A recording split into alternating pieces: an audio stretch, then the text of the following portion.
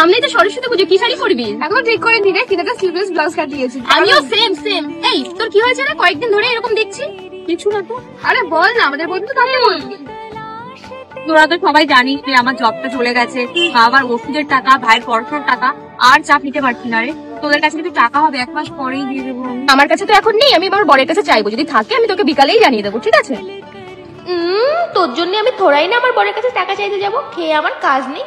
তোর কাছে হবে রে? না রে, আমার কাছে তো হবে না, জানিস তো আমি এখনো স্যালারি পাইনি না, তো তাও আমি চেষ্টা করবো। ওর প্রবলেম আমি কেন দেখতে যাবো? কবে না কবে টাকা ফেরত দেবে। টেনশন করিস না, আমরা তো আছি, বল। একদম।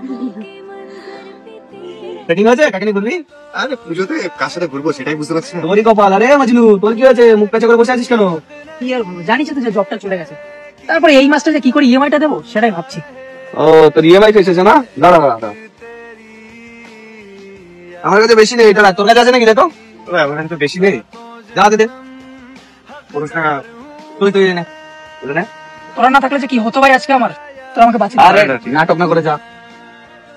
আরে ভাই, তোমার তো টাকা পয়সার প্রবলেম চলছে। আরে আমার প্রবলেম আছে ঠিক আছে, কিন্তু আমার থেকে না ওর বড় প্রবলেম। আমারটা আমি দেখে নেবো, ম্যানেজ করবে এই মাসটা। একটা কঠিন বাস্তব কি জানো, মেয়েরাই মেয়েদের সব থেকে বড় শত্রু হয়, আর প্রসঙ্গ যদি বন্ধুত্বেরই ওঠে তখন ছেলেরাই সেরা।